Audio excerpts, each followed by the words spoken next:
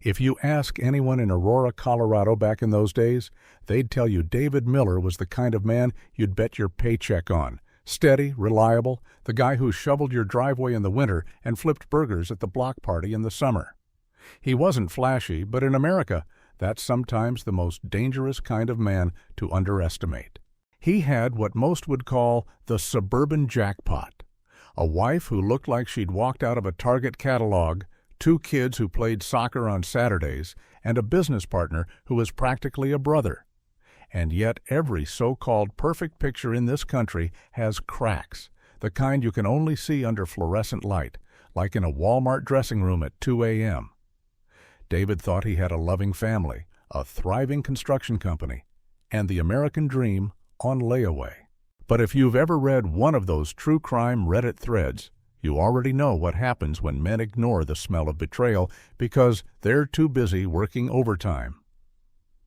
It started with little things. Laura, his wife, suddenly discovered a passion for late-night yoga. And not the stretching kind, because every time David checked, her yoga mat was still in the hall closet, untouched. Mark, his business partner, had new cologne that smelled suspiciously like infidelity in a bottle, and he'd begun shaving more than his face. A man doesn't suddenly wax his chest unless he's auditioning for a toxic love affair or a Marvel movie. David's gut told him something was off, but in true American fashion, he drowned that suspicion in Bud Light and Sunday Night Football, because men are taught to keep the peace until the house burns down. Of course, every betrayal has its Shakespearean stage. For David, it came one icy Thursday night when he decided to surprise Laura with her favorite takeout, General Tso's chicken and cheap red wine, the suburban version of romance. He walked into his own home, humming Springsteen, only to find his wife and Mark rehearsing a different kind of duet in the living room. No candles, no soft music, just raw, sweaty cheating under the same roof where his kids built Lego castles. It wasn't even cinematic. It was awkward, pathetic, the kind of scene where you want to say, "Really? Here? On my good couch?" David didn't scream, didn't throw punches. Instead, he did something far more terrifying in the American revenge playbook. He smiled. A calm, quiet smile, the kind that made Laura choke on her excuses and Mark fumble for his pants. Because in that moment, David wasn't just a betrayed husband. He was the ticking time bomb every suburban cul-de-sac whispers about. And the craziest part? His neighbors would soon pity him, call him the poor guy whose wife had an affair with his best friend. But pity was gasoline on the fire. This wasn't just about cheating. This was about betrayal that cut across family, business, and dignity. And in America, when you humiliate a man publicly, you don't just break his heart. You wake up something biblical. That night, David walked out into the cold Denver air, the kind that burns your lungs, and lit a cigarette he hadn't touched in 10 years. He wasn't thinking about forgiveness. He wasn't thinking about therapy or working it out. He was thinking about how to strike back. The story of the poor, pitied husband was just the trailer. The real movie, his revenge, was only beginning. In the days after that living room circus, David discovered that betrayal has a strange aftertaste, like cheap whiskey mixed with battery acid. Everyone in town suddenly became an expert on his toxic love situation. At the local diner, waitresses whispered while pouring his coffee, "That's him, the poor guy, his wife sleeping with his business partner." At church, Mrs. Henderson, the 70-year-old choir director, patted his arm and said, "God gives his hardest battles to his strongest soldiers." David wanted to laugh because apparently his hardest battle was watching his wife commit infidelity with a man who still couldn't finish drywall on time. Laura played the gaslighting game like she'd been training for the Olympics. "David, it's not what it looked like. You're overreacting. We were just talking." Talking, on the couch, half naked, at midnight, with Marvin Gaye playing faintly in the background. If that's talking, then Las Vegas is just a quiet little retirement village. Mark, on the other hand, avoided him entirely. The man who used to shotgun beers with him at Broncos games now suddenly had business trips to who knows where. Funny how betrayal makes a partner allergic to eye contact. But the real punch in the gut wasn't the affair itself. It was the discovery that Laura and Mark had also been cooking the books at the company. Construction contracts mysteriously rerouted, profits sliced thinner than deli ham, invoices signed with suspiciously familiar handwriting. David realized he wasn't just living in a marriage built on lies, but running a business designed to bankrupt him. Cheating in the bedroom was one thing. Cheating in the bank account? That was American treason. The neighborhood pitied him like he was a sad sitcom character. People left casseroles at his door, the universal suburban code for, "We know your life is on fire, and we don't want to be involved, but here's some lasagna." Even his barber offered him a free haircut, like losing half his dignity meant he needed a fade on the house. But David wasn't interested in pity. Pity was for daytime soap operas. He wanted something darker, sharper, revenge that would taste sweeter than apple pie at a 4th of July cookout. He kept his cool in public, though, smile at neighbors, nod at gossipers, and carry himself like the picture of calm. Inside, however, his brain was turning into a CIA war room.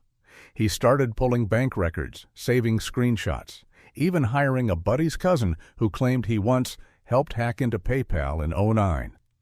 He wasn't sure if that was true, but in suburban America, a conspiracy theory is as good as a fact when you're motivated by rage. Meanwhile, Laura flaunted her new happiness with Mark in the most insulting way possible, posting filtered selfies at steak dinners, captions like "New Beginnings," as if the entire town didn't know she'd burned her old beginning to the ground. She'd drive past David in the car they once shared, blasting Taylor Swift breakup anthems loud enough for the whole block to hear. It wasn't just betrayal. It was performance art in cheating, a parody of marriage so ridiculous it made neighbors joke that Bravo should give them a reality show. And yet David didn't shout. He didn't confront. He let them think he was broken, the humiliated husband too weak to fight back. But in truth, he was sketching out the blueprints for destruction. Because when an American man loses his family, his business, and his pride all in one go, he doesn't crawl into a hole. He digs a trench, stocks it with ammo, and waits for the right moment. Every suburban backyard barbecue has that one guy people whisper about, the one who's too quiet, the one you don't want to push too far. David had become that guy, and Mark and Laura, drunk on their own toxic love affair, didn't realize they'd just created him. They thought they'd won. But in reality, they had just handed him the script for his ultimate comeback story. The pity would soon fade. The whispers would turn into gasps. And when David finally pulled the trigger on his revenge plan, the people who pitied him would be the same ones standing in line to shake his hand. Because in America, nothing's more satisfying than watching the betrayed husband rise up and strike back harder than anyone ever expected.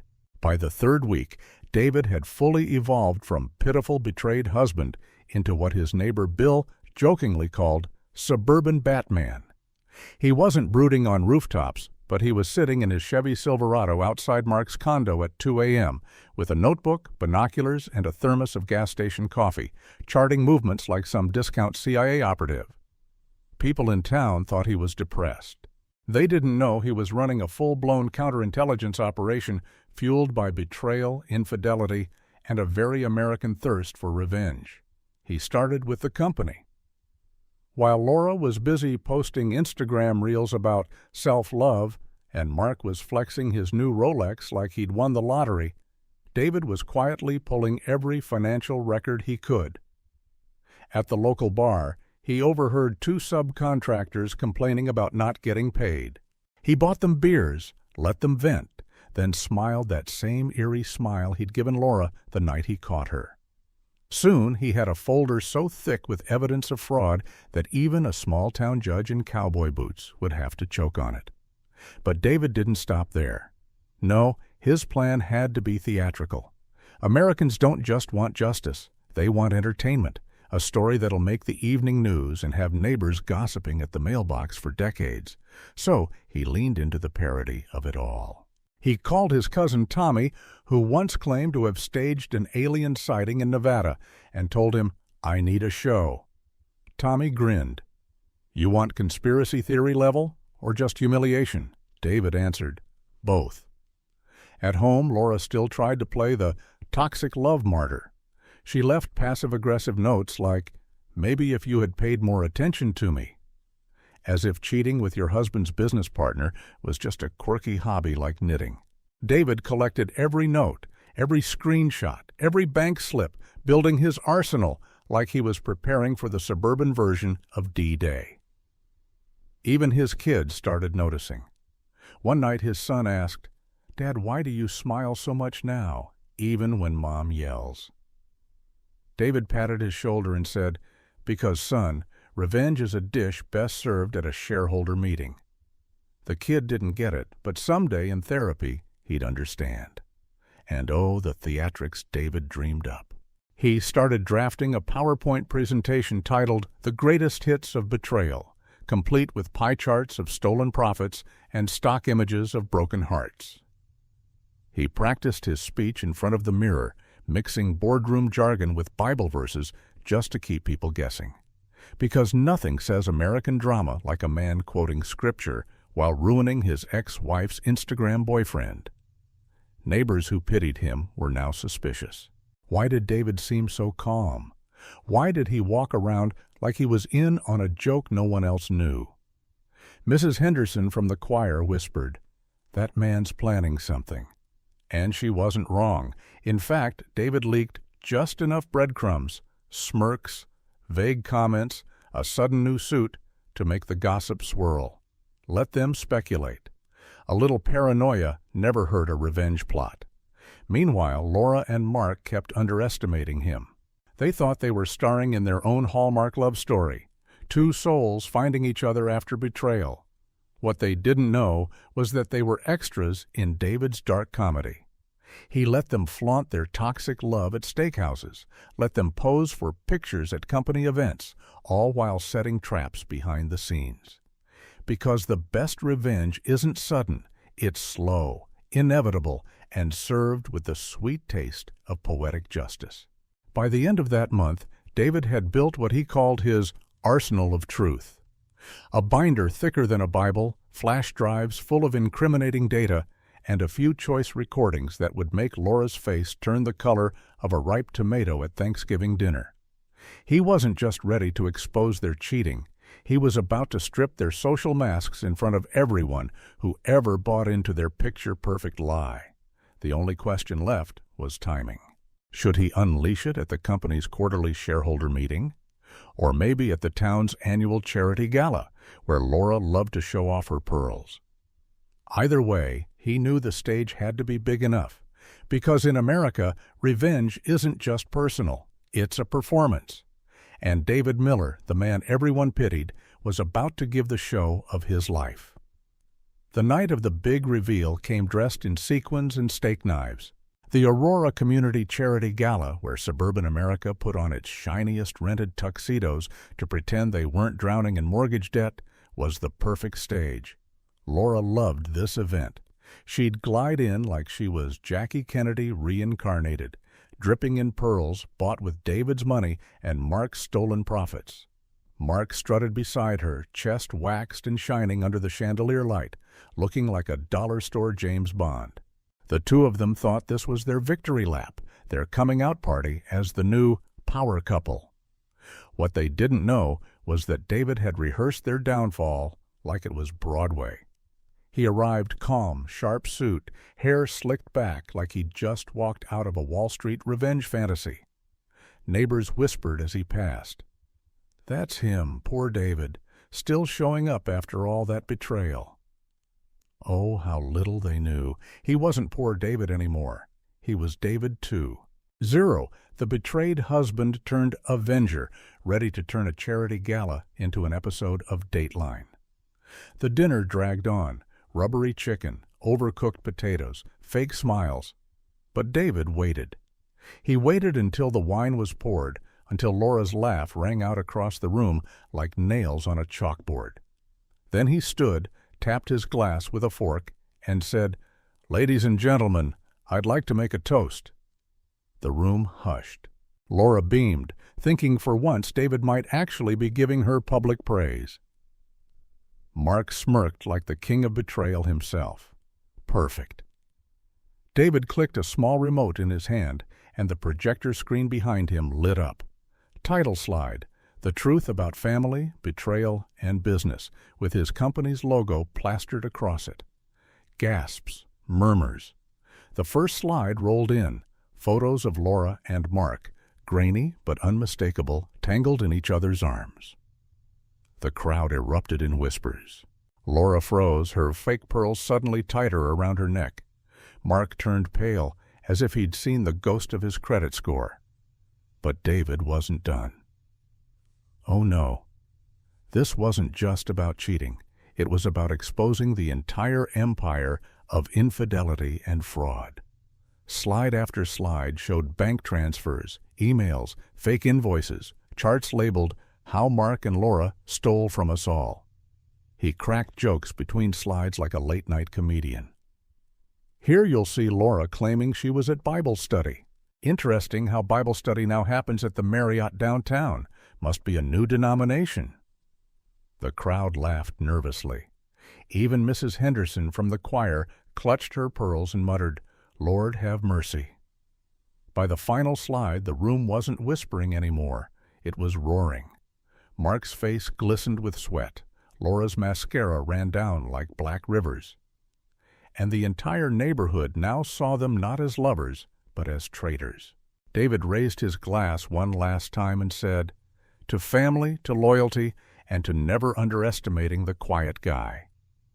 Then he sat down, cool as Sinatra, while the audience gave him the applause meant for a hero. The fallout was nuclear.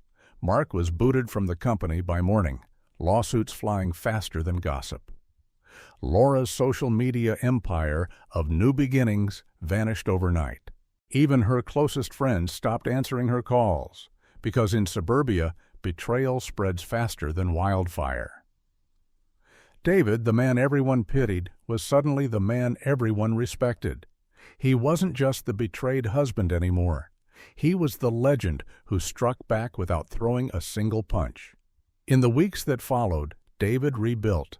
He filed for divorce, won custody of the kids, and cut Mark out of the company like a tumor. Neighbors who once left pity casseroles at his door now invited him for barbecues, eager to hear the story firsthand. At one block party, a guy even said, "Man, you're like a suburban John Wick, but with spreadsheets." David laughed, but he knew deep down it was true. Betrayal had forged him into something new. As for Laura and Mark, they became ghosts in their own hometown, whispered about in grocery store aisles and laughed at during PTA meetings. Their toxic love story burned out quicker than a 4th of July firework, leaving nothing but ashes and bad credit. Meanwhile, David stood tall, living proof that revenge wasn't just sweet, it was absolutely American. Because here's the truth. In the land of opportunity, you can take a man's money, you can even take his wife. But when you take his dignity, you unleash something bigger than infidelity. You unleash the kind of revenge that becomes a legend told at backyard grills for decades. David Miller, once pitied, had turned betrayal into his greatest weapon. And the world finally understood the quiet smile of a betrayed husband is not defeat. It's the beginning of the strike back.